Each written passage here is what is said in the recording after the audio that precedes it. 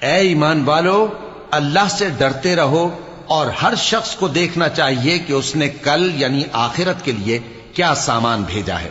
اور ہم پھر کہتے ہیں کہ اللہ سے ڈرتے رہو، بے شک اللہ تمہارے سب اعمال سے خبردار ہے۔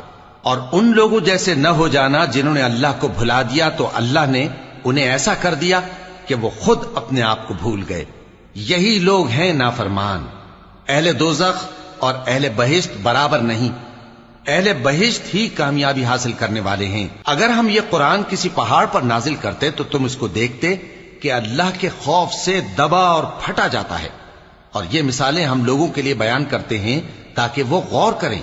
وہی اللہ ہے جس کے سوا کوئی معبود نہیں، پوشیدہ اور ظاہر کا جاننے والا، وہ بڑا مہربان ہے، نہایت رحم والا ہے۔ وہی اللہ ہے جس کے سوا کوئی عبادت کے لائق نہیں، بادشاہ حقیقی، ہر عیب سے پاک، سلامتی دینے والا، امن دینے والا، نگہبان، غالب، زبردست، بڑائی والا۔ اللہ مشرکوں کے شرک سے پاک ہے۔ وہی اللہ تمام مخلوقات کا خالق، ایجاد و اختراع کرنے والا، صورتیں بنانے والا، اس کے سب اچھے سے اچھے نام ہیں۔